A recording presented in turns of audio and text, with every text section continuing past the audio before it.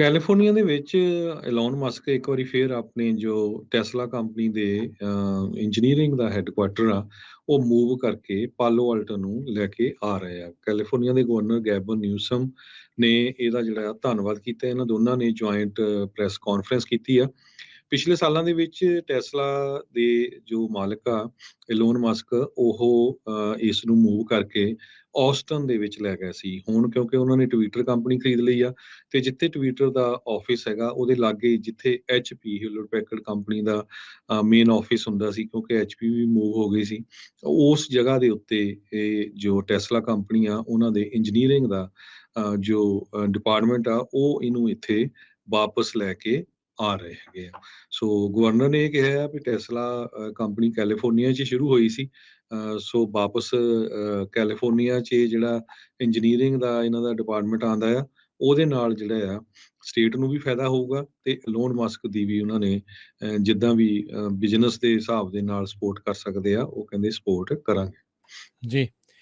California ਦੇ ਵਿੱਚ ਤੇਲ ਦੀਆਂ ਕੰਪਨੀਆਂ ਨੂੰ ਜੁਰਮਾਨਾ ਲਾਉਣ ਬਾਰੇ ਜਾਂ ਉਹਨਾਂ ਤੋਂ ਵਾਧੂ ਟੈਕਸ ਲੈਣ ਬਾਰੇ ਜਿਹੜੀ ਚਰਚਾ ਚੱਲੀ ਸੀ, ਕੈਲੀਫੋਰਨੀਆ ਦਾ ਬਿੱਲ ਜਿਸ ਦੇ ਵਿੱਚ ਆਇਲ ਪ੍ਰੋਫਿਟਸ ਨੂੰ ਪੈਨਲਾਈਜ਼ ਕੀਤਾ ਜਾ ਸਕਦਾ ਸੀ, ਕਹਿੰਦੇ ਵੀ ਉਹ ਬਹੁਤਾ ਅੱਗੇ ਇਸ ਟਾਈਮ ਨਹੀਂ ਵੱਧ ਰਿਹਾ।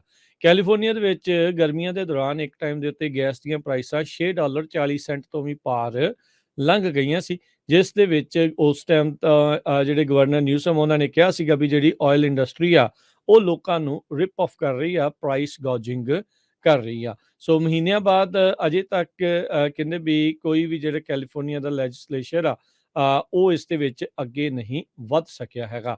$34 ਮਿਲੀਅਨ ਆਇਲ ਇੰਡਸਟਰੀ ਨੇ ਆਲਰੇਡੀ ਸਪੈਂਡ ਕੀਤੇ ਨੇ ਇਸ ਲੈਜਿਸਲੇਚਰ ਨੂੰ ਅੱਗੇ ਜਿਹੜਾ ਉਹ ਨਾ ਆਵੇ। ਪਿਛਲੇ 2 ਸਾਲ ਦੇ ਸੈਸ਼ਨ ਦੇ ਵਿੱਚ ਇਹ ਇੰਨੀ ਮਨੀ ਉਹਨਾਂ ਨੇ ਸਪੈਂਡ ਕੀਤੀ ਹੈਗੀ ਹੈ। ਡੈਮੋਕ੍ਰੇਟਸ ਜਿੱਥੇ ਇੱਕ ਪਾਸੇ ਇਦਾਂ ਦੀਆਂ ਚਰਚਾਵਾਂ ਜਿਹੜੀਆਂ ਉਹ ਕਰਦੇ ਆ, ਪਰ ਉਹਨਾਂ ਨੂੰ ਇੱਕ ਹਿਸਾਬ ਦੇ ਨਾਲ ਜੁਰਮਾਨਾ ਲਾਉਣ ਦੇ ਲਈ ਜਾਂ ਜਵਾਬ ਦੇ ਕਰਨ ਦੇ ਲਈ ਉੱਦਾਂ ਦਾ ਬਿੱਲ ਲਿਆਉਣ ਦੇ ਵਿੱਚ ਵੀ ਕਿਤੇ ਨਾ ਕਿਤੇ ਪਿੱਛੇ ਰਹਿ ਜਾਂਦੇ ਆ।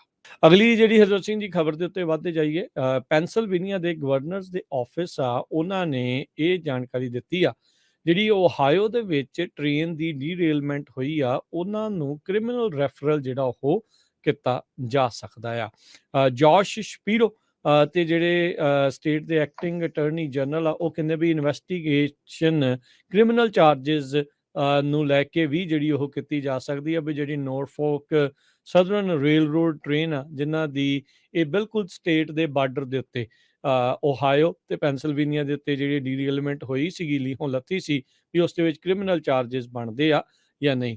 ਗਵਰਨਰ ਸ਼ਪੀਰੋ ਨੇ ਕਿਹਾ ਵੀ ਜਿਹੜਾ ਨੋਰਫੋਕ ਸਦਰਨ ਹੈਗੀ ਆ, ਉਹਨਾਂ ਦੀ ਜਿਹੜੀ ਐਰੋਗੈਂਸ ਤੇ ਇਨਕੰਪੀਟੈਂਸ, ਕੰਮ ਨਾ ਕਰਨ ਦੀ ਜਿਹੜੀ ਇਹ ਗੱਲ ਆ, ਉਸ ਨੂੰ ਲੈ ਕੇ ਇਹਨਾਂ ਨੇ ਚੰਗਾ ਇਹਨਾਂ ਨੂੰ ਨਿੰਦਾ ਜਿਹੜੀ ਇਹਨਾਂ ਦੀ ਕੀਤੀ। ਮਾਰਨਿੰਗ ਐਡੀਸ਼ਨ ਦੇ ਵਿੱਚ ਉਹਨਾਂ ਨੇ ਇਹ ਗੱਲ ਸੋ ਕਹਿੰਦੇ ਅਸੀਂ ਜਿਹੜਾ ਉਹ ਇਨਫੈਕਟ ਕਹਿੰਦੇ ਵੀ ਅਸੀਂ already criminal referral attorney general ਦੇ ਆਫਿਸ ਨੂੰ ਕਰ ਦਿੱਤਾ ਆ, ਤੇ ਇਹ ਮੇਕ ਸ਼ੋਰ ਕਰਨਾ ਚਾਹੁੰਦੇ ਆ ਵੀ ਕੋਈ ਕ੍ਰਿਮੀਨਲ ਐਕਟੀਵਿਟੀ ਇਸ ਦੇ ਵਿੱਚ ਹੋਈ ਆ ਜਾਂ ਨਹੀਂ। EPA ਨੇ ਵੀ ਅੱਜ ਇਸ ਕੰਪਨੀ ਨੂੰ, ਰੇਲ ਕੰਪਨੀ ਨੂੰ ਅੱਖਾਂ ਦਿਖਾਈਆਂ ਆ ਵੀ ਜੇ ਤੁਸੀਂ ਚੱਜ ਦੇ ਨਾਲ ਸਾਡੇ ਸਟੈਂਡਰਡਸ ਦੇ ਹਿਸਾਬ ਦੇ ਨਾਲ ਸਫਾਈ ਨਹੀਂ ਕੀਤੀ, ਕਲੀਨ ਅਪ ਨਹੀਂ ਕੀਤਾ, ਤਾਂ 3 ਗੁਣਾ ਤੁਹਾਡੇ ਤੋਂ ਜਿਹੜੇ ਆ ਉਹ ਰਾਸ਼ੀ ਲਈ ਜਾਊਗੀ, ਤੇ ਨਾਲ ਹੀ $70,000 ਪ੍ਰਤੀ ਦਿਨ ਦੇ ਹਿਸਾਬ ਦੇ ਨਾਲ ਜੁਰਮਾਨਾ ਵੀ ਕੀਤਾ ਜਾ ਸਕਦਾ ਹੈ।